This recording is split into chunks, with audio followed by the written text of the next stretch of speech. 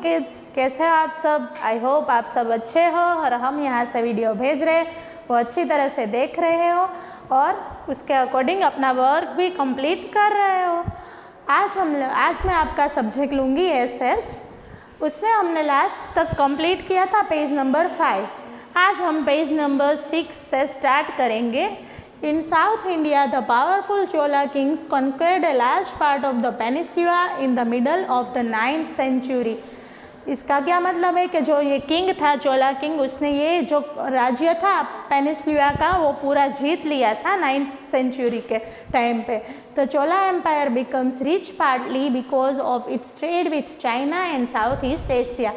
जो चोला एम्पायर था वो रिच उस टाइम पे माना जाता था क्योंकि वो किसके साथ बिजनेस करता था? ट्रेड मीन्स बिजनेस करना, व्यापार करना।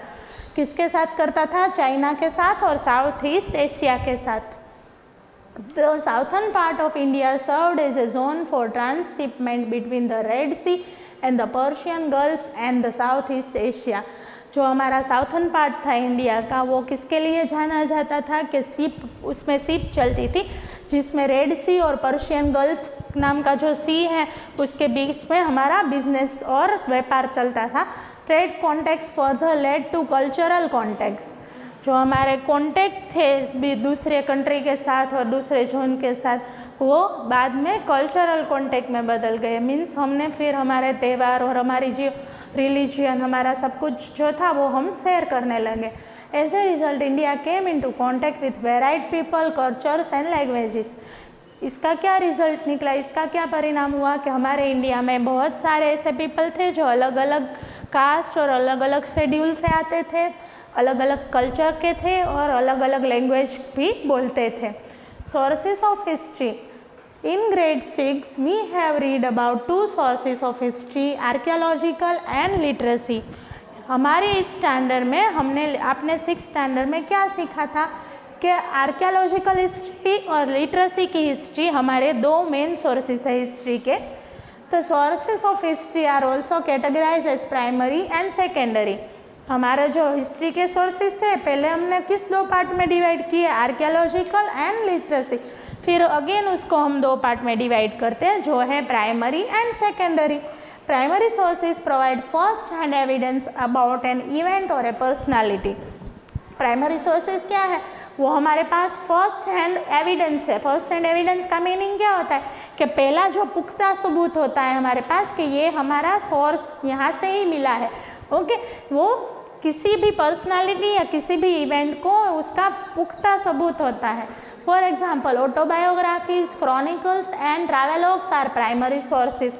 किसी की ऑटोबायोग्राफी यानी कि आत्मकथा, ट्रैवलॉग्स यानी कि दूसरे कंट्री के जो मैप थे और उसमें से जो ट्रैवल होता था वो सारी चीज़ें हमें मिलती है, उसे प्राइमरी सोर्स बोलते हैं। Secondary sources interpret, analyse and comment on primary sources.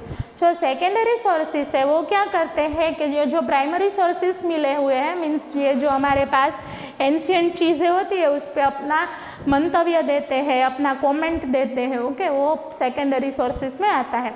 Archaeological sources. तो archaeological sources means building, coins, paintings and artefacts.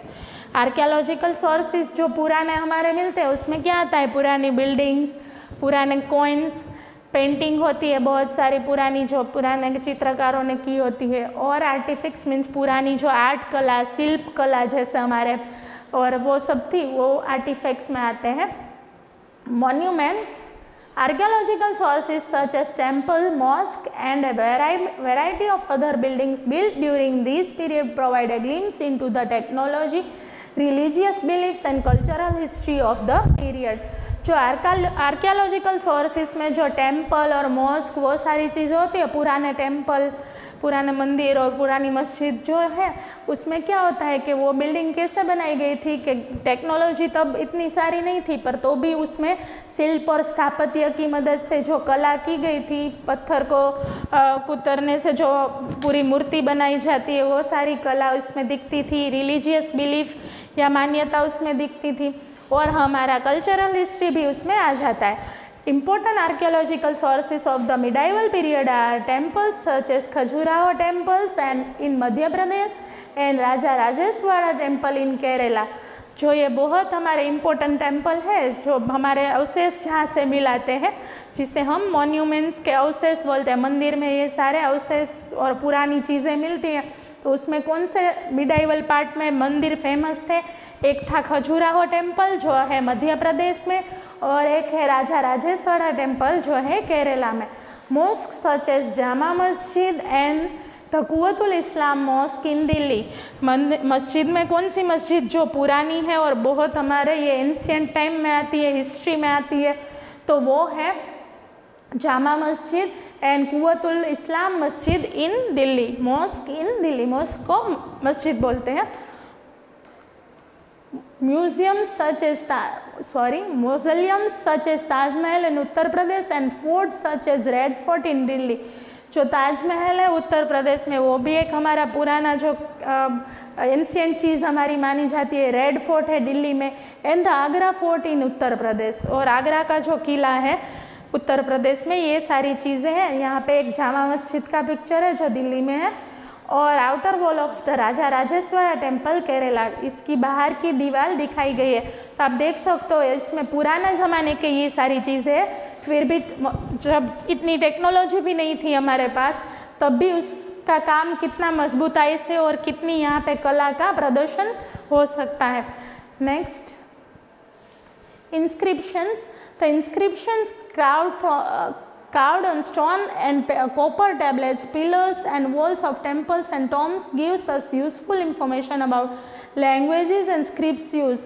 Inscription क्या होता है कि स्टोन या कॉपर के कुछ टैबलेट्स होती है, पिलर्स होते हैं, दीवारें होती है मंदिर की, उसके ऊपर कुछ भी लखान जब लिखा जाता है, कुछ भी लिखा जाता है, तो उसे हम इंस्क्रिप्शन बोलते हैं। उस इंस्क्रिप्शन से हमें ये पता चलता है कि पुराने ज़माने के लोग कौन सी लैंग्वेज, कौन सी भाषा यूज़ करते थे।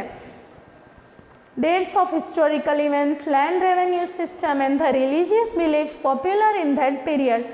तब जो सारी हिस्टोरिकल डेट थी वो किले के अंदर लिखी जाती थी स्टोन और कॉपर की मदद से, और उस ज़माने के जो बिलीफ थे वो यहाँ पे इंस्क्रिप्शन में लिखे जाते थे। तो इंस्क्रिप्शन में written in various languages and script. ये जो इंस्क्रिप्शन मीन्स जो मंदिर या मस्जिद की दीवार ऊपर जो लिखा जाता था स्टोन की मदद से, वो क्या है, बहुत सारी लैंग्वेज में पाया जाता था। Later on they were inscribe on copper plates. बाद में वो कॉपर की जो प्लेट आती थी, धातु, कॉपर एक धातु है जिसकी प्लेट आती थी, उस पर लिखा जाता था पुराने ज़माने में।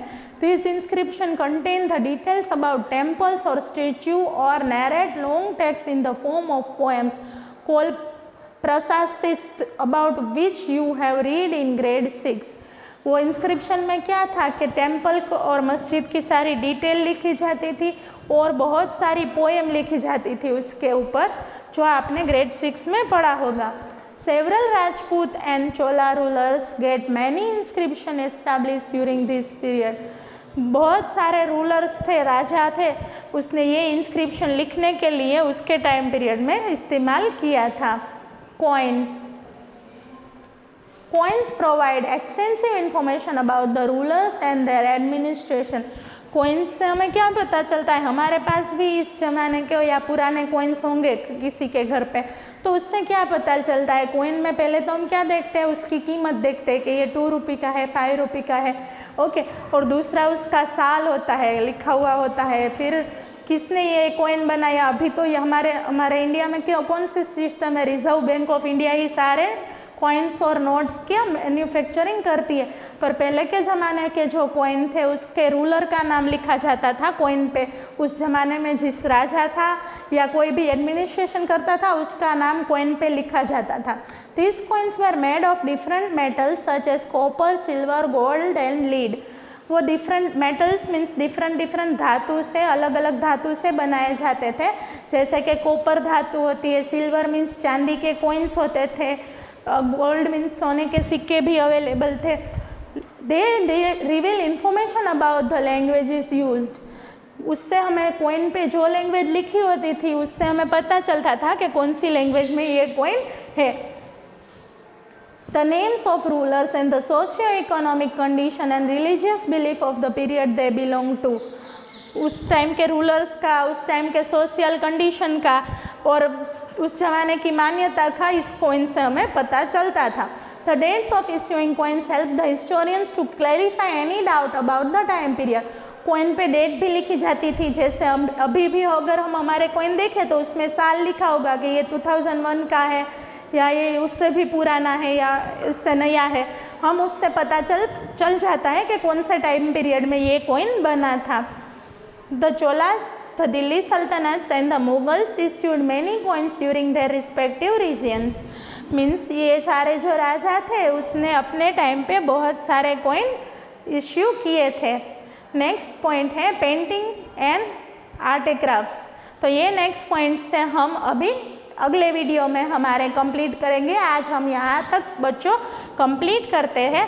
आपका आज का होमवर्क है, आपको पेज नंबर 6 में जो हमने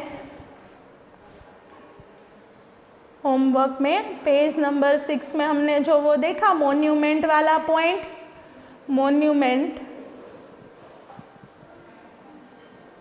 वो आपको 1 टाइम आपकी बुक में लिखना है। ओके बच्चों, और अगर आज के वीडियो में कोई भी डाउट या क्वेरी है तो आप स्कूल के नंबर पर मैसेज या कॉल करके वो सॉल्व करा सकते हो। Thank you kids, bye.